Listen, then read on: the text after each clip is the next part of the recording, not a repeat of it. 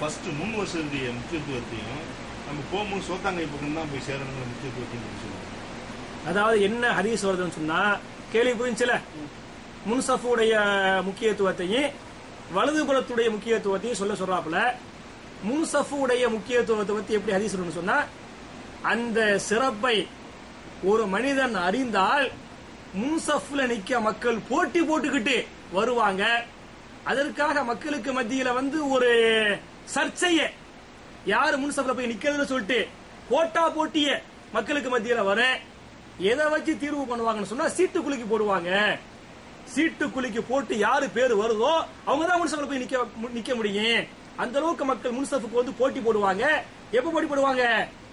அதனால் மறுமையில் கிடைக்கக்கூடிய அந்த ஃபாயிதாக்களை அறிந்திருந்தால் இந்த அளவுக்கு போட்டி போடுவாங்க என்ற ஹதீஸ் வருது. இது முன்சஃபுக்கு சொல்லக்கூடிய முக்கியமானது. இன்னொரு ஹதீஸ் வருது, தொழுகையாளிகளுடைய சஃப்புகள்லயே மிகச்சிறந்த சஃப் எது அப்படின்னு சொன்னா முன்சஃபு அப்படின்னு இருக்குது. அதனால சஹாபாக்கள் முன்சஃபுக்கு போட்டி போட்டாங்க என்றும் இருக்குது. இப்ப அந்த அடிப்படையில் முன்சஃபுக்கு மிகச்சிறந்த மற்ற சஃப்புகளை விட முன்சஃபுடைய நன்மை அதிகங்கிறதுனால போட்டி போடணும். இது முன்சஃபுடைய சிறப்பு. வலது பக்கத்தை பத்தி ஹதீஸ் வருது,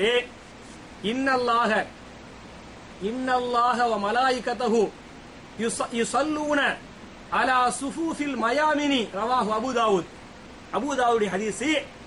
அதாவது ரசூல் அல்லாஹ் யாரு வலது பக்கம் நிக்கிறாங்களோ அவர்கள் மீது அருள் புரிகிறான். யாரு வலது பக்கம் நிக்கிறாங்களோ அவங்களுக்காக மலக்குமார்கள் துஆ செய்யறாங்க என்று ஹதீஸ் வருது. அவ வலது பக்கம் போய் நின்றமாக்க நமக்கு யாருடைய துஆ கிடைக்குது? மலக்குடைய துஆ கிடைக்குது. அப்ப மலக்குமார்களுடைய துஆவை பெறுவதற்காக என்ன செஞ்சுக்கலாம்? அதான் வலது பக்கம் போய் நில்லுங்க என்று ஹதீஸ் இருக்குது. நீங்க முடிஞ்ச அளவு ஃபாலோ பண்ணுங்க. ஆனா முறை வலது இடது வலது இடதுன்னு போனோம், ஃபுல்லா போய் வலது. நல்ல கேள்வி. கேள்விங்கிறத விட நல்ல குறுக்கு விசாரணை. என்ன கேட்கறாப்லன்னு சொன்னா, வலது சஃபுக்கு தான் நன்மை ஜாஸ்தி, மலக்குமார்கள் துஆ செய்யறாங்க அப்படிங்கும் போது எப்படி சஃபை முழுமைப்படுத்துவது? வலதா முடிச்சு விட்டு இடதுக்கு வர்றதா, வலது இடது வலது இடது மாறி மாறி வருவதா என்று கேட்கிறாங்க. ஹதீஸ் பிரகாரம் வலதை முடித்து விட்டு இடதுக்கு வருவது. ஒரு ஆள், அதாவது இடது பக்கத்து ஒரு 5 பேர் இருக்கிறாங்க, வலது பக்கத்து ஒரு 10 பேர் இருக்கிறாங்க. இங்கிட்டும் காலியா இருக்கு சஃபா, அங்கிட்டும் காலியா இருக்குது. நீங்க எங்க போய் நிக்க வேண்டியது? வலதுக்கு போய் நிக்க வேண்டியது. வலது ஃபுல் ஆயிட்டா நீங்க இடதுக்கு வந்துக்கிறீங்க.